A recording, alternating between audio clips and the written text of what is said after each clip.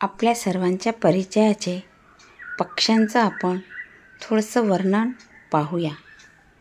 आकाशात झेप घेणारा नाजूक पक्षी आपल्या घरट्यात परततो सायंकाळी.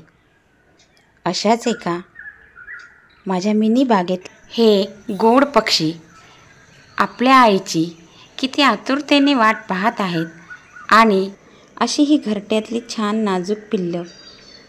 किती सुंदर हा देखावा, नैसर्गिक देखावा.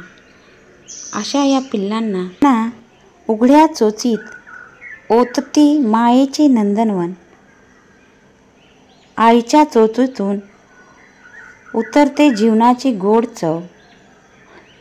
त्या पंखांखाली दडलेले सुखाचे सावट. पिल्ले किलबिल आवाजात मागतात अजून. आणि ती आई पुन्हा उडते अन्न शोधण्याचा निर्धार करून. त्या क्षणात दिसतो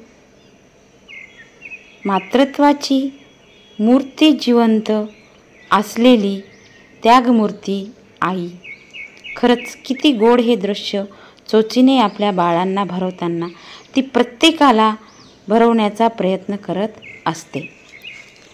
प्रेम, त्याग आणि काळजीचे सुंदर असे संगम म्हणजे शांत संयमी निस्वार्थ मायेचे ते दृश्य मनाला समजवते.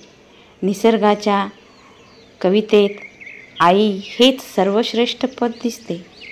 म्हणून मातृत्वाची, ममत्वाची ही किती गोड किमया.